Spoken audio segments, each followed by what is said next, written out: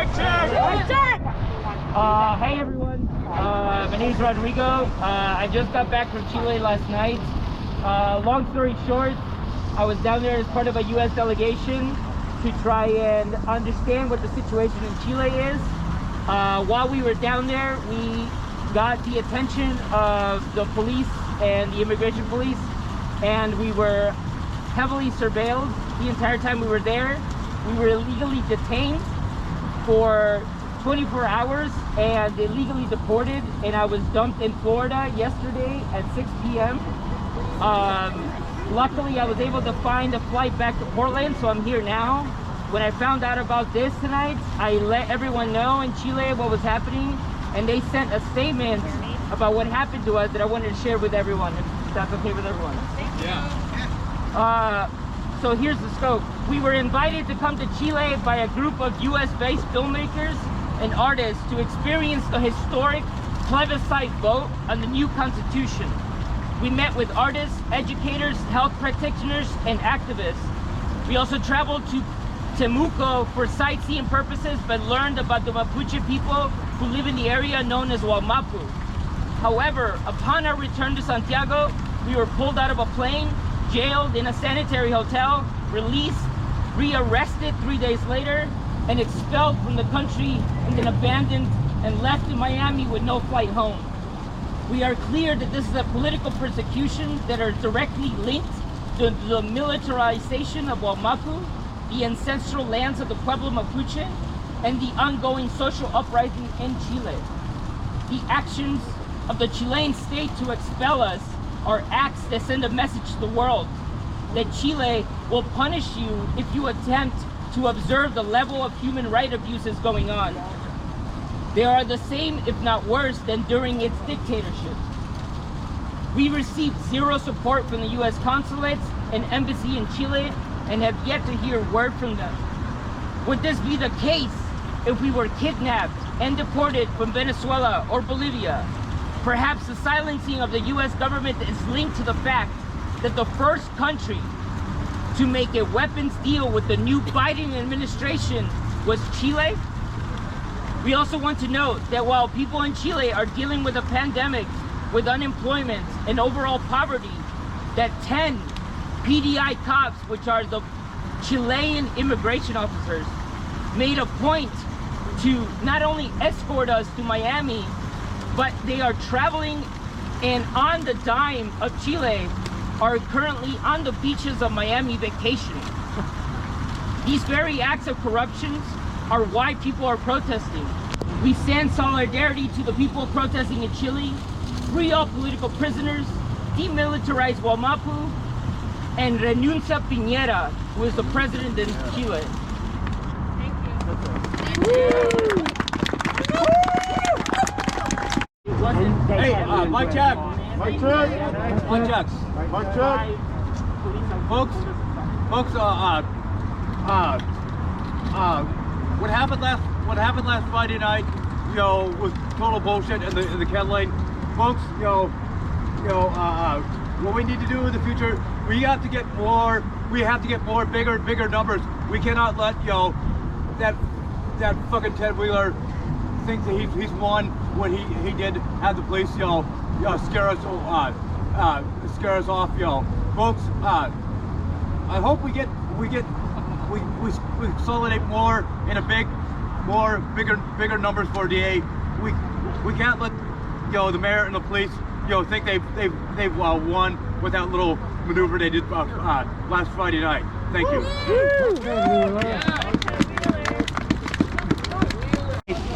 I was part of a US delegation that traveled to Chile to learn a little bit more about what's happening down there. Okay, like from a journalism perspective? On a simple basis of trying to connect to them. Oh, okay. So was it like providing aid or? All the tactics they use and where the similarities are. Oh, okay. As a journalist, I try to approach it that way for the simple fact of just keeping myself able to document police oppression and police aggression, but it's beyond that. It's about It's about gaining back dignity. Okay. If people wanted to hear more about your story, where would they be able to find it? The story is still getting worked out right now. But yeah, my Instagram is Mestizo43. Oh, can you spell that? MESTIZO43. Great. There'll be more information out in the next week or so. Thank about you what very happened. much. Yeah. I appreciate it. Reoccupation in the Mapuche land. So a lot of the struggle that has been going on there, you know, goes way back, you know, hundreds of years. But the Mapuche are the only indigenous community that has successfully fought off the Spaniards and gained autonomy of their land. But because after Chile became a state, they slowly started to take away the land from them for the purpose of the pulp mills. So since then, it's been a continuous struggle to reclaim the land back. So what's happening now is that a lot of those communities are actually successfully getting that land back, but they're in complete opposition with the state of Chile. So that has actually put them in confrontation with the military. And a lot of this land that has been reclaimed successfully is actually a very tense situation. When we visited, we needed to actually get vetted by members of the Mapuche community to go down there. So when we actually went down there, we were told that, you know, we were in territory that could easily put us in danger, because if they don't recognize us, if people down there don't recognize us, they could easily assume that we're infiltrators and could put us in major danger. But we were able to go down there and talk to people and talk to communities and talk to like the communities down there, and you know, just kind of listen to their situation, what they're going through every day. And that trip alone put us on a major radar that instantly, as soon as we flew back from the south into Santiago, Chile, we were detained. At the airport? At the airport on an accusation that we had broken quarantine. And it normally would have been a fine for people, but instead we were detained for 3 days, put into a sanitary hotel. And then after we got done with that, they told us that we were going to be deported. So we got a lawyer in place to like make sure that we stopped the order of the deportation. They let us go, and for 3 days, I had never experienced this in my life. I actually saw vehicles that followed us. In fact, we had a car chase one night where we tried to get away from this truck that kept following us. Wow. And they kept changing trucks every night. We kept changing vehicles. We like would switch over to another vehicle, and like every time we would end up somewhere, it would end up in the same place. Somebody in the community that we ended up walking up to the truck to take a picture of it, and it drove off. That was the last thing I read before I left the house. And then when I saw that, I was like, I mean, my hands were shaking. I was like, this is real. We're being watched. There were drones over us at times. There were people that were like bad actors that would come up to us to pretend that they were like hanging out and doing stuff, but they were, you know, sending messages and taking pictures of us. It was so surreal. And then on Wednesday, which 2 days ago, at 6 a.m. in the morning, a full SWAT team showed up to the Airbnb, got us out of bed, took us into a detention for 8 hours, took our passports, took our phones away. Separated from the rest of the group. We were told that there was going to be a process for deportation, and we had a lawyer that was working out with a judge to try and get that order to be stopped, but it wasn't succeeded. And because we fought it through a lawyer process, the agents took it out on us. They separated us completely, put us in different planes. I was reading that part of it, and you had made references to it being very terroristic, like. So were they just giving you guys fucking hell the entire flight home? They had 2 agents per person. I sat in between 2 agents on a flight back to Miami, which I found out later on. I asked, I was like, where are we going? Where are you taking us? And they're like, back to the US. And I was like, yeah, but I live in Portland. Like, where? They're like, we don't care. We're just dropping you off in the US. And luckily, we all landed in Miami together, all 5 of us. But as soon as we got to the airport, we realized that all 10 agents were flying to Miami to vacation.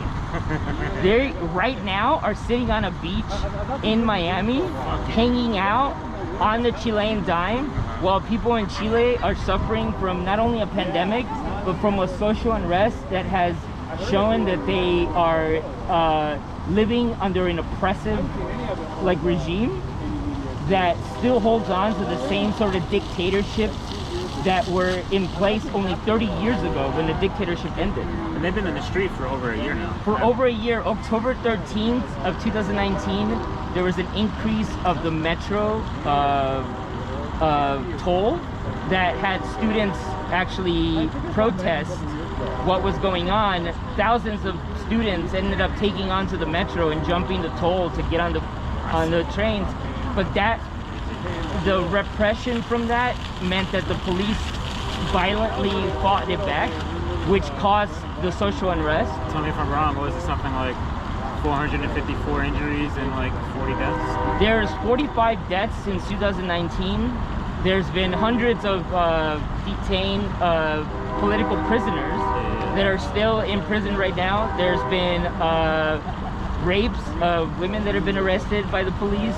There's been gouging of eyes because they targeted people and shot them in the eyes. Several people have lost their eyes throughout the last year and a half. Aiming for the head.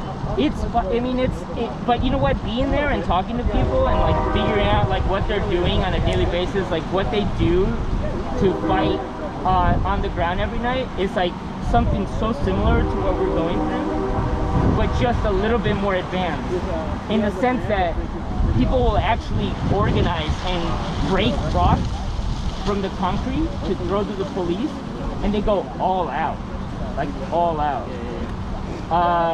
But the cops don't usually come out on the ground pushing forward. They use these vehicles to actually spray chemicals on people that it causes 3rd-degree burns on their arms or on their body, wherever it lands. Using CS gas, using the same sort of shit that we experience down here, but on a much larger scale, because people have a lot more, have a lot less to lose. You know what I'm saying? They experience that oppression that not only comes from the current neoliberalism that they're experiencing, but they're all victims from the dictatorship. So they all know what actual oppression has felt like. So it's people my age and older going out and helping and being part of the movement. And so it was to us, it was the reason why we were down there, was just to be able to understand what was going on there, to make the connection between us and Chile, to bring attention to what was going on there. And in the end, we didn't end up just documenting that, we ended up experiencing that. You know, having to be pulled out of bed, taken into a detention center, having all of our phones taken away, all of our shit taken away. It's a scary situation, It's man. scary as fuck, in man. A foreign country. On a foreign country. In a foreign country, literally, they can be you're done for 30 years. It was because there was a moment where I was how bad could this get right now? We couldn't get a hold of the U.S. consulate. We couldn't get a hold of our family and friends. I was what does it take for them to just take us somewhere and fucking, yeah, dude. That crazy. As soon as I landed on U.S. soil, I swear to God, it felt like I was I survived something. And I was yes. Yeah. They tried to turn us on. They tried to turn us into U.S. officials and the customs, and they were oh, his name's Rodrigo. He's he's a detainee. We just deported him from Chile, and they were and they're well, here he is, and they're well, he's an American citizen, we can't hold him. We can't actually do anything. And he was and they were oh, okay, well, thank you. And they tried to walk away, and I literally had to run up to them and be give me my fucking passport and phone back. Damn. And they finally handed it back to me, and I was And then I ran after them. I actually have video of me yelling at the airport in front of everyone, being like, these 2 Chilean cops kidnapped 5 American citizens and dumped them in Florida with nowhere to go, with no charges. Yeah, get the video up. It was like, yeah, I'll get the video up soon. The problem with all of this right now, and the reason why we have to be very careful about what we post, is that we still have members of our delegation and Chilean people that we've met that are currently still in Chile. So we have to wait for them to come back home before we go super public with them. You know what I mean? We're jeopardizing the safety and security of the people that are still down there.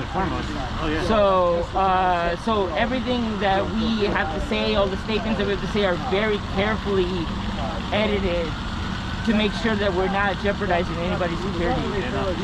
But yeah, it's fucking crazy. Yeah, you got kidnapped from one end of the country right over here, man. And then dumped in Florida, man. No explanation, not even a paperwork, not even a fucking, not even a cinnamon bun. That's crazy. It's fucking nuts, man. I mean, I will say this: the one thing we fucked up on, and that is something that actually bit us in the ass really bad, was that there was a 10-day quarantine requirement for us as soon as we landed in Chile, which we knew we couldn't do. And knowing that, we were like, we're just gonna have to play it safe. But we didn't, in the sense that we ended up traveling to a militarized, occupied area, and that instantly got their attention. And so they used that as an excuse to pull every single fucking like legal manner into us, and like use as an excuse to ended up detaining us and deporting us. It's fucking surreal, man. Even down to being followed like for fucking 4 days. There was a Tuesday, we ended up leaving the house at like 9 in the morning to go to this community called La Victoria, which is actually one of the first communities in Santiago that was heavily... It's a huge country. It's a huge country. Huge. This neighborhood was very, very active during the dictatorship, and actually had a lot of political members from there that ended up getting killed and disappeared during that time. So we went down there, but at like 9 in the morning we got out of our Airbnb, and our delegation leader was like, everybody put on your masks and get in the car. And I was like, what's going on? They're like, there's a red truck that's on the corner, and I think they're watching us. And we were like, okay. So I got in the car, and we ended up driving away. I'll take some water. And we see the truck pull out. Thank you so much. Of course. So we go down the street, and we're like driving down the street, and the red truck is following us like about 5 cars back. And we ended up, we were like, you know what, let's just go around the plaza and see if it follows us. So we went around the plaza, and the red truck followed us, and we were like, okay. So then we went down the street further, and then we were gonna take a left turn, and we waited, and our driver was just like, as soon as it turned green, he like got onto the other lane and went straight, and the fucking truck went behind us. And we're like, okay, this is real. We went down the highway, we were flying down the highway trying to lose him, and we could see the red truck going around cars trying to get behind us. We lost it, got to the neighborhood, parked our car, got out, and then about 10 minutes later the red truck shows back up and parks a block away. Now my hands are like shaking because I'm like, what is gonna happen to us? Because honestly, being in a country like that, right? You don't even know if it's government. I don't know. I mean, it could be narcos, it could be like narco, it could be government, it could be narco working for government. Exactly. Yeah, exactly. I mean, that's what it ends up being. And then like this radio post that is one of the oldest radio leftist stations in Chile that was around during the dictatorship meets up with us, and we tell him, we're like, hey, that red truck is following us. So he goes, all right, I'll be right back. And he like walks over there, and as soon as he walks up to the red truck, he takes out his phone to take a picture, and the red truck goes, fucking takes off. And I was like, whoa. And then 2 other cars that were parked near us just take off too, and we're like, holy shit, how many people are watching us right now? And we talked to this person, and she was like, you know, she's like, yeah, this neighborhood is usually like, has a lot of undercover cops around here. She's like, in fact, right before I met up with you guys, I saw like maybe 2 or 3, and we were like, yeah, that's for us. And she goes, yeah, that's how it goes. And I was like, what the fuck, man? Like, but there's also some neighborhoods too, though, that cops don't get into, right? so here's the thing about COVID protocols that are being placed in Chile. Because of the strict protocols that are being put into place, they set a curfew at 10 p.m. every day. And certain neighborhoods are implemented with stricter protocols. Those neighborhoods are generally poor neighborhoods, politically active neighborhoods, places where they know that if they can control how many people come out every night, keeps into check the protests that happen. Rich neighborhoods can have a wedding that won't get busted, but while we were there, this area called Villa Francia had a school that they used as like a kitchen to feed people that, you know, needed food or people that were houseless. And that neighborhood, the day after we were arrested the first time, ended up getting raided. 25 people got arrested because they were like breaking protocol in the quarantine. And I was like, so it's, when people would say to me, they were like, oh yeah, this is a pandemic. The first thing you think about is you think about the US pandemic aspect, and you're like, oh, people that don't believe in the pandemic, but that's not what it's like for them. They're like, this is a politically motivated lockdown. They're using it as a weapon. They're using it as a weapon. It's not that they don't believe in the pandemic. It's like a pandemic, meaning they're using this as a tactic to suppress. So here's not only COVID, but here's restrictions on top of it. And for the elites, sure, be careful of COVID, but if something happens, we got you taken care of. Yeah, exactly. Exactly. So it's fucking nuts. But you know, anyways, I came out here because while we were down there, I got the flyer for tonight. So the plan was that every Friday in Chile is the day that they protest. And our plan was that today we were gonna live stream the protest with people down here to send them the support by saying that Chileans were like supportive of what was going on here, and also for people down here to show support to what's happening in Chile. Obviously I'm not there anymore, but is it Saturday there right now or Friday? It's Friday right now. It's 5 hours ahead.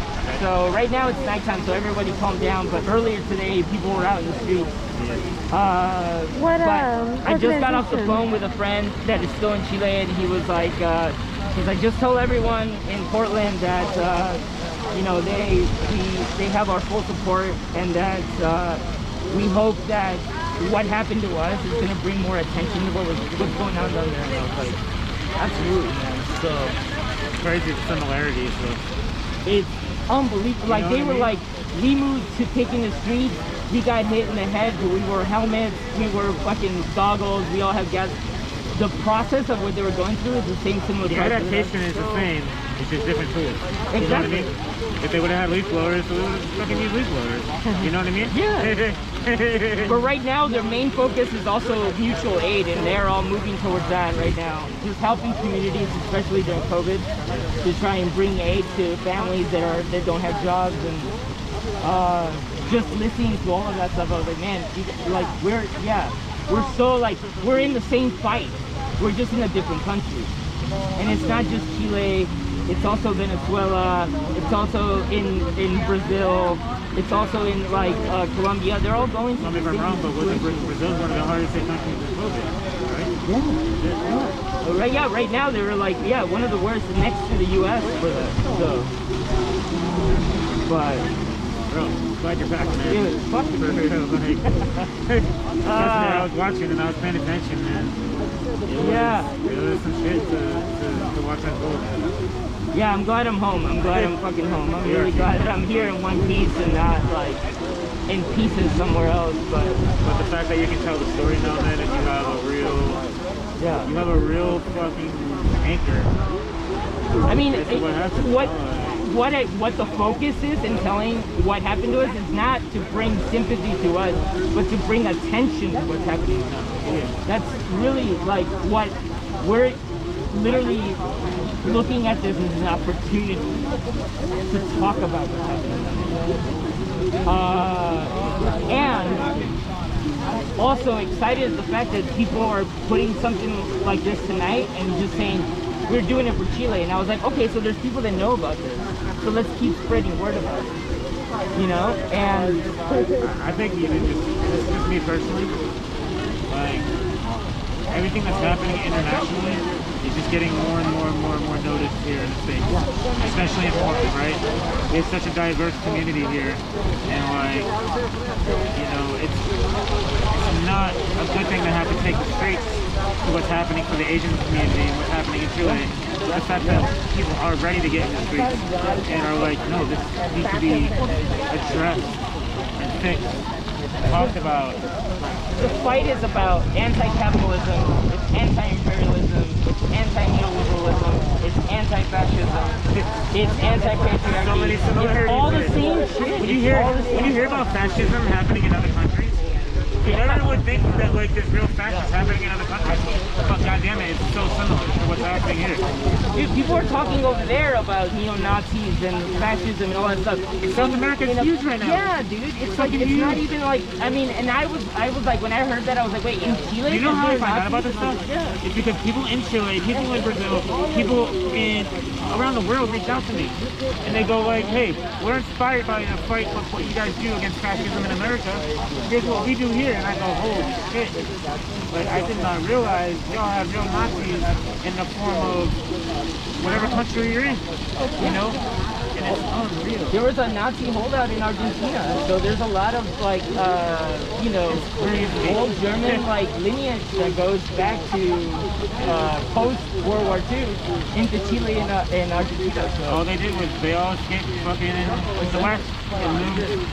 They brought their shit to South America, United States. They're just Europe. neo-Nazis that speak Spanish. That's literally all it is. You know what I mean? Like, it's like, Because they had to fit in. yeah, of course. They had to fit into their local communities.